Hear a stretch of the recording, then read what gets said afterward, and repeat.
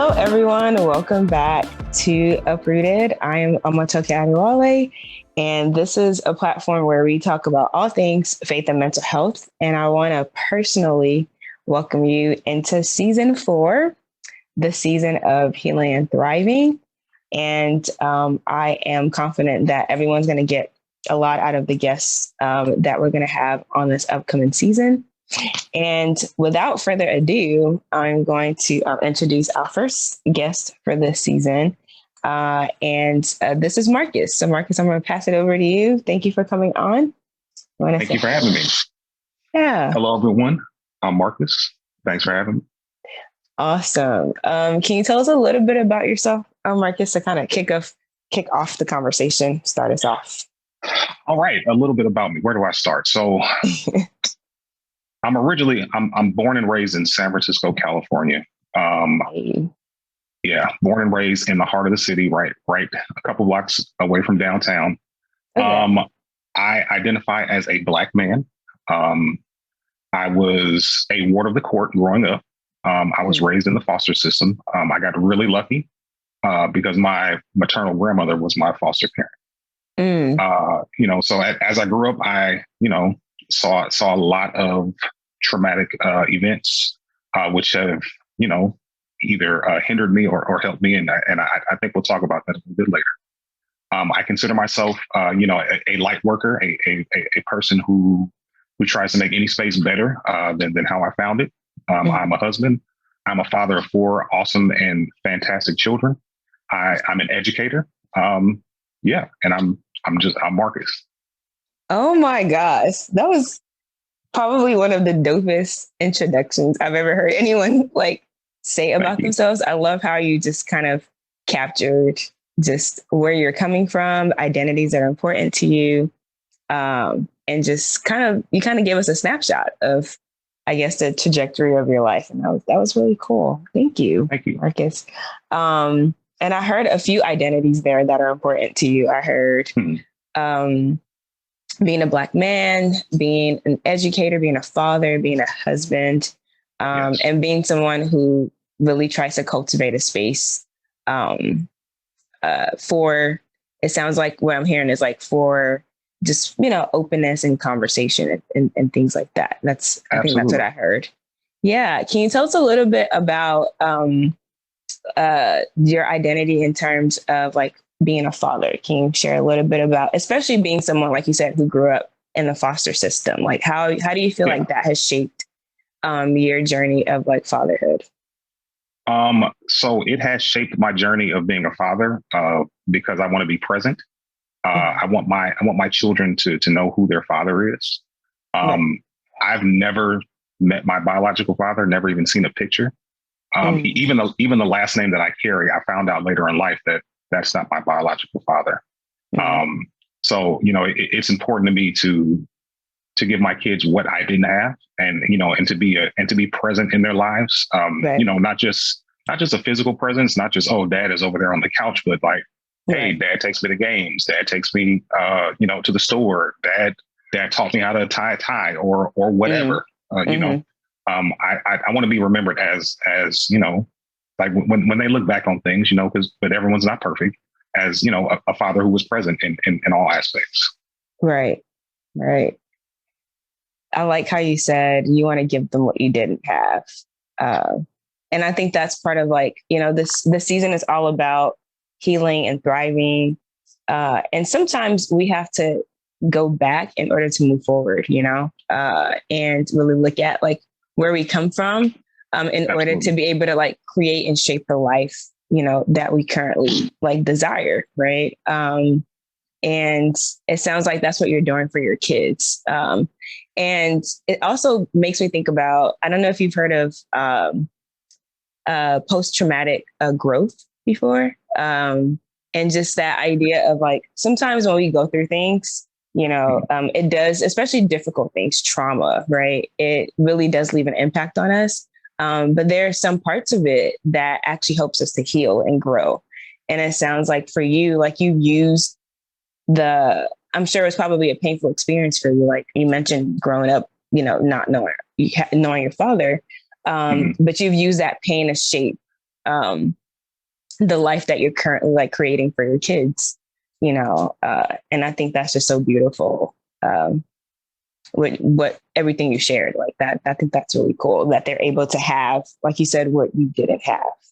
Thank you. Yeah. How do you think healing impacts like us thriving? Like, what do you think gets in the way as far as like if you look at healing and thriving? Mm-hmm. What gets in the way sometimes of being able to heal and thrive, especially if just based on what you said, especially if someone has had a difficult, you know, upbringing or background. Like, what has been your experience with that? So my personal experience has been, if you're not honest with yourself and honest with the fact that you're healing, like honestly, I don't think I healed until like 2021, like completely. Like I thought I was good, but I wasn't honest with myself until I started to go to therapy. 2020 came around, I got into therapy. So, you know, I got to process a lot of stuff around the same time, like my grandmother passed. So that, you know, that was a lot.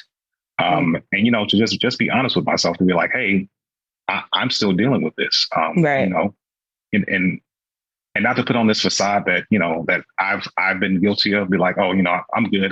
I'll be okay. But, you know, but deep down inside, you're like, you're still hurting. Right. And sometimes that hurt can stymie your growth, can stymie your healing, and not allow you to even like enjoy, you know, life. Right. So yeah, man, just dealing with the honesty, and the fact that, you know, you are still reeling from something, and you have to address it. Right. That's so huge. And I think a lot of the times I don't know. I think we just lose sight of that. Like actually sitting down with ourselves and like being honest about how something's impacting us. And I think it's hard to do because it's hard to face that, you know, it's hard to just say, I'm hurt about this. Like this is impacting me. Like that's hard to do. And I love how you says, you know, you're in therapy or did therapy, you know, I'm biased. Right. But I do want to ask you about that, especially because you mentioned being a Black man. And I know, you know, we are getting better as a society as far as like, you know, Black folks really embracing therapy and healing and mental health and all of that. And I love, especially when I'm able to talk with a Black man, you know, who is in therapy or who has done therapy, especially with the stigma sometimes that, you know, we have in terms of like being a man and what that means. And, you know, that idea of weakness and vulnerability. Like, can you share a little bit about, like, first of all, how you got into therapy? How did that even, you know, how were you even open to that in the first place? And like, how would you describe that experience for yourself so far? All right. So how I got into therapy. So 2020 came around. We were stuck in the house. I was dealing with the death of my grandmother, and it was just, it was a lot of stuff happening all at once. Yeah. So my wife, she was in therapy. She was talking to this lady via Zoom, and she was like, "Hey, babe, maybe you should try it out." Right. At first, I was a little hesitant because the stigma attached to it, or even just feeling vulnerable, or even showing emotions. Because you know, in my experience as a Black man, if you show any emotion, then like it's either dismissed or you're told to suck it up. So I was a little hesitant, but I went on ahead and did it, and I'm glad I was able to do it. But yeah, I met with my therapist every 2 weeks since then. We haven't met as much recently because, you know, our big move that we made, but I do plan on getting back in there. But it's been okay. I've been able to talk about, you know, a lot of traumatic experiences, my experience as a, you know, just as a Black man, as a husband, or as a father, or just someone who doesn't feel appreciated all the time, and just being able to process that and get it out rather than, you know, either projecting on someone else or blowing up on the kids or, you know, or just taking it out on someone who doesn't deserve it. Right. That's huge. Like, I feel like especially for a lot of men, like that idea of just having to keep everything inside or carry so much on your shoulders, or the pressure sometimes, that again, I can only speak from like the things that I've seen or heard because I'm not a man. But I think a lot of the times, like the pressure that is either placed on yourself or that other people place on you, and just trying to live up to those expectations. Like you said, you being able to take care of yourself in that way actually helps to take care of those around you. Right. Right. That's so cool. Okay. Can you share with us a little bit about what it means, like, in terms of like talking about the generational, because we spoke a little bit about that. What do you think are like some generational roadblocks that you've been able to overcome? So processing with my mother and my grandmother, like towards the end of her life, they were able to divulge to me like a lot of traumatic stuff that they endured. Even like hearing the story of my great grandmother who left home at 14 years old from Tennessee, and a lot of the stuff that she went through, and just getting a better understanding of some of the popular diagnoses that you might hear, like anxiety or PTSD or any other any other of those diagnoses that people in my family have been suffering from those for years. And they've gone unaddressed, and they've been covered up with alcohol, drugs, sex, money, what have you. I decided personally that I was going to meet those head on. I wanted something different for myself. Right. I didn't want to live in fear. I didn't want to live in. I didn't want to be in an anxious state all the time. I didn't want to be in conflict all the time, because conflict in my family was big. Growing up, I saw a lot of conflict, and whenever there was conflict, there was separation of family. There was different consequences that didn't have positive effects on the family. So I decided to meet those head on and to do something different. Again, as a father, being present with my children, wanting to be married to my wife, having her be my last girlfriend, and like really sticking to that and working through that. Those are some things that I wanted to see in my life that I did not see in my family. Right. And I wanted something different for my children as well. Right. But Marcus, like, how did you even get to that? Okay, because everything you're saying sounds really nice, right? Yes. So it's like, okay, so I was able to identify the things, and also that's actually huge. So let me not downplay that. I think it's huge when we're able to actually look into our family and identify like patterns, right? Cycles, things that, like you said, from generation to generation, how our family deals with different things like conflict, money, right? Those are things that we don't generally talk about. But you're just kind of like, I saw it, I kind of recognized it, and then I'm like, I'm not going to be that person. But I can assume that it probably wasn't like the simplest task of like, okay, so I identify these patterns in my family and I'm just gonna not do them. Like, how did you even get to the place of being able to say, I'm just not, you get what I'm trying to say? Like, I'm just not gonna do that. I do.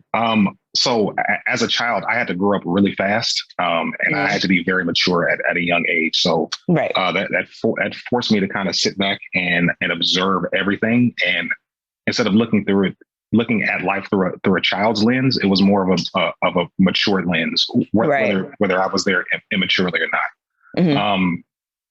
So a lot of people say, hey, Marcus, you have a very serious face, or you don't smile, and it's like honestly, that was a trauma response that I had to adapt. But with that,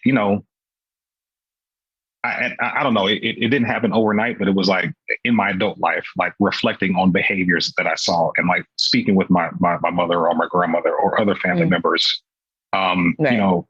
being hired at Seneca Center and working there and be like, oh, I've seen that before. Yeah. That's what that is. Yeah. So I started to kind of put two and two together. after I got a better understanding of what mental health was and what were some of the observable behaviors and how, and how people like dealt with those issues. And I didn't want that. So for me, it started with drug use. So drugs are pretty large in my family. I had a few people struggle with drug addiction, and I was like, I never want to go down that path. So it started there. So that that was the genesis of it. I didn't want to be out in the street begging people for money. Just down bad. I did not want that for myself, and I wanted something different. Wow, way to break those generational curses. Like, trying to. Do you ever like imagine like what your kids? I don't know. I just feel like I don't have kids yet. So, but I feel like it's going to be so cool for me. Like once I do, to like have the experience of how they would like describe their life and how different, So like for you, like, what does that feel like as a parent to just know that you're literally like breaking, a cycle, like it's starting with you, and then like your kid's gonna have like a different, story than you had, but it's also kind of intertwined together. I don't know. I just find that so fascinating. It feels really good, actually. Sometimes I think my children are spoiled and they have it really easy. I'm like, God, dog, like, but like this is the environment that we created for them to not have to worry about, like, are you going to be able to sleep tonight? Are mommy and daddy going to be fighting? Am I going to get hit? Stuff like that. I don't want them to have to worry about anything. And one thing I thank God for every day is that my grandmother, she allowed us to be children because my younger brother and I, we experienced a lot at an early age. And her big thing was like, let them be children. Let their innocence last as long as possible. Because once they lose their innocence, then, it's over with after that, or, and like, she wouldn't even let me get a job as a teenager. She was like, you're going to have the rest of your life to work, enjoy school, enjoy being a teenager. But, stuff like that. And I want my children to enjoy childhood. Again, I don't want them to have to worry about, violence or conflict or, just a negative situation. Wow.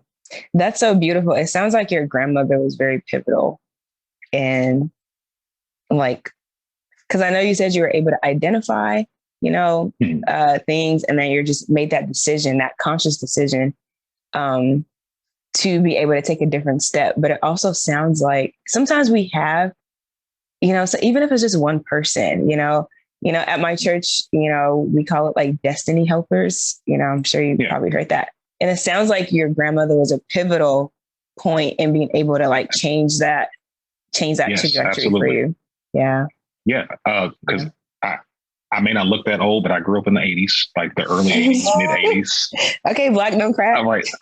Right. So when you think about like the crack epidemic, like, that was it. And a lot of people who had the same circumstances as mine did not end up in the same place because they didn't have somebody at home, as that destiny helper to guide them, in that fork in the road. Yeah. Or to instill in them, principles and beliefs and practices and habits, to help guide them later on in life. Yeah. Yeah. It's such a blessing, especially like you mentioned earlier, because I think about myself too, of like, I'm not any better than someone who maybe just had a different path. Maybe they ended up, on drugs or, ended up just having their life look in a different way. I just see it as a blessing, and I just feel, fortunate that, my life took a different path, and I can definitely resonate with that. Cause it's like, especially if you've dealt with, trauma and just different family generational things, it really puts things into perspective of like, this other person went through, something similar, as I did. And you were talking about, where we used to work, and that would always come up for me. It's like I would see myself, in some of the kids and in some of the things that they were coming in with. And it's like, and I'm looking at myself and it's like, I'm not any better than them, Right. It's, things just turned out differently for me, but yeah, like I would just, like I was saying, see myself in them, in those kids, and, just feel fortunate, and not sometimes, our lives just take a different turn, I guess is what I'm trying to say. And it sounds like that's probably what happened for you with that core grounded person of your grandmother. Right. Yeah. Can you talk a little bit about, like, for you, what does it mean to thrive? So this season is all about healing and thriving. Like, when you think about yourself, your life, honestly, Marcus, as you were talking, I thought about that quote or phrase that says, "I don't look like what I've been through." Right. And I feel like that's what was coming to me as you were sharing, just everything about your life, just like not looking like what we've been through. And you also mentioned, I didn't want to ask you, you said you thank God for your grandmother. What would you say has been a place of faith for you in your journey? Like a physical place or just? Like when you think about your life and just everything, like what role would you say faith, your relationship with God, like has played for you? I would say later in life, after understanding like who and what God is, it's played a huge role. Because I did not grow up in the church at all. Even though my grandmother, like she could sing every hymnal ever written. She did grow up in the church, but she did not have a good experience in the church. So she was like, "Hey, if you want to go, you can go, but I'm not going." Right. So I eventually went as a teenager to the Friday night youth group. It was fun. We sang in the youth choir, but I didn't understand, like what was going on. Like, there was communion, there was baptism, there was singing. Got to see my friends. Like that was the gist of it. Right. I would say I really got an understanding of my faith. Like once I got married, like 2010. Like that's when I really started going to church seriously and going to Bible study and like really reading the word for myself and trying to understand it for myself rather than somebody else like spoon feeding me. And applying scripture and the different parables and stories to my own life. Reflecting back on my life from like where I've been, what I've been through. Like I've been through the fire and, like literally, like my grandmother's apartment. Like I was asleep one Sunday. Oh, you meant literally? Okay. Oh my God. Literally. And she left the stove on and like it should have caught fire, but it was nothing but smoke in there. Like, and I walked out, like everything was smoky, but I was good. And when I got to church, my youth pastor at the time, he was like, "Wow, boy, you are blessed by God." Wow. Like even when I got baptized, funny story, like in the 90s, we had like cordless phones. What is that? I was kidding. Right. And the lady from the church called me and she was like, "Oh," like just to make sure I was coming like the Saturday before. I was like, "Oh, I don't know. And then, it had an antenna. So it started to like act funny and it lost reception. And then it clicked into somebody else's conversation talking about, do you understand the power of God? Oh, like, do you know Jesus for yourself? This lady's not talking anymore. It's somebody else's conversation. Huh. Right. And so then the phone clicks over and I'm trying to press the channel button. And she was like, "Oh, so are you still coming?" I was like, "I'll be there." Wow. Yeah. So, I don't know. It was an angel. Maybe it was an angel. Possibly divine intervention, something like that. Right. And at recently, so we moved to Georgia in 2021, and just the house that we're living in, just a story that of how we got this house is divine intervention and divine timing. So we came out here for a different house last year, and it was like way out in the country, way out in the boondocks. Just bugs and grass everywhere. And when we got out here, the house was not ready. So our real estate agent and my wife and myself, we got together. We're like, okay, we don't want this house anymore. They didn't abide by the contract, so let's get out of the contract and we're going to find another house. So even before we started house shopping, we were like, hey, we want a 6-bedroom house, upstairs, downstairs, large island, backyard, front yard, all that good stuff. Okay. So we come visit this house that we're living in now. We come see it, and it's for sale. And my wife is like, yeah, this is our house. My oldest son, he's like, yeah, this is our house. Like, I feel it in my spirit walking up the stairs. Wow. This is my house. So the next day they're like, oh no, they accepted someone else's offer. It was a cash offer. We're like, okay, we're still going to believe that it's ours. A couple weeks go by. We just happened to be on Zillow, and the house is back on sale again. And we hit our real estate agent like that day. I believe it was a Sunday. We're like, hey, we want to put in an offer on this house. So they accepted our offer on the house. And it wasn't just one cash offer that fell through. It was 2 that fell through. Wow. So yeah, just our belief in having faith in, even just taking that step to get out of our comfort zone of leaving California. Right. We're going to go buy this house, and it's just going to be us out here. So we are on faith right now. We are in the deep right now. Wow. So come on, testimony. Yeah.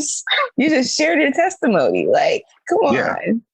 Yeah. And like, honestly, the house is everything that we asked for. Like, right. Every single bullet point that we asked for, like, this house has it. Wow. And I guess that answers the question I was trying to ask, which is like, what does it mean to you, like, to thrive and to heal? And you literally just painted such a great picture of that, And I think this whole conversation has painted a great picture of that, of just recognizing the things that have shaped us, our experiences. Sometimes that comes with, recognizing the traumas, being honest with ourselves about how we're impacted, and making like a conscious decision like you did to begin to break those cycles and patterns. And it doesn't mean that it's going to be simple. It's not a walk in the park. Right. And just recognizing that it doesn't end or start with us, right? When you think about generationally, like you're talking about your kids, and then you're thinking of people before you, like everything that we do, like it impacts more than just us. Right. And I think you've painted such a great depiction of that. Like, oh, your testimony just warms my heart. Like that was beautiful. That was so beautiful. So beautiful. Because the last question I was going to ask is, what's a past prayer point that you're currently living in? Would you add anything else to that? Like a past prayer point you're currently living in? It would be, I would say, the sobriety of my mother. I prayed for many years that my mother would be sober and be present. Wow. So she's been sober since 2003. Wow. But I feel like she's starting to heal her stuff, and she's starting to use her talents for goods, for the good back in San Francisco in California. So that's definitely a prayer point. Having an amazing wife, having 4 healthy children, just living right now, being alive, being healthy, and there's a lot of people who can't say that. So, yeah, like pretty much everything I'm experiencing right now. Okay. Come on, Black man. Come on. Breaking generational curses and cycles, raising a beautiful Black family. Marcus has a beautiful family. I'm just privileged to know about them, and to have seen them and met them and all that. That's so great. Thank you so much, Marcus, for coming on, for sharing, your experience with everyone. I don't think I never take it for granted, because it's a lot to sit and talk about, yourself and your journey, and have other people kind of sit in on that. So I do really appreciate it. Especially again, like as a man, like talking about yourself, how you're healing, how you're thriving, your self-care, how you're, taking care of your family, like that's just so huge. And I think conversations like this is important to have, in the society we're in today, to just normalize this. So I really do appreciate it. Thank you. And I appreciate you for having me on. Yeah, of course. Of course. All right. Before we go, I do, if you don't mind sharing just like a quote or a phrase or a scripture that you would say. I know I didn't send this to you ahead of time, so I'm gonna put myself on the spot. Okay. But it just came to me, Marcus. It just came to me. Okay. And I'm sorry, but I feel like you'll be fine. Because as we're just talking about this, like, just this idea of, healing and thriving, and I don't know, it's just making me think about so much. But the point is, do you have like a quote, a phrase, a Bible scripture, whatever it is that you would say like keeps you going in terms of like your healing journey and just continuing to thrive overall, as a person? Yeah. I can do all things through Christ who strengthens me. Like, honestly, if you keep that as your foundation and you keep that as your mindset, there's nothing that can defeat you. Like, no matter where you came from, no matter what you're going through in that moment, no matter what's happening, no matter the circumstances, if you keep that, that you can do all things, then you're going to be okay. And I believe that's Philippians 4:13. Yeah. There we are. Because, I second that. Nice. All right, everyone. Thank you so much for tuning in. Please don't forget to, leave all your comments, questions, and all that. Thank you again, Marcus. And until next time, we'll bring you another episode. Take care. Hey community, thank you so much for tuning into the episode today. I know that you got something out of it, so don't forget to leave all your comments, questions, and reflections from the episode. Also, don't forget to subscribe as we continue to build this community together. And also turn on your notifications so that you know when every episode drops. Thank you all so much again, and until we meet again, continue to be well, do well, and live well.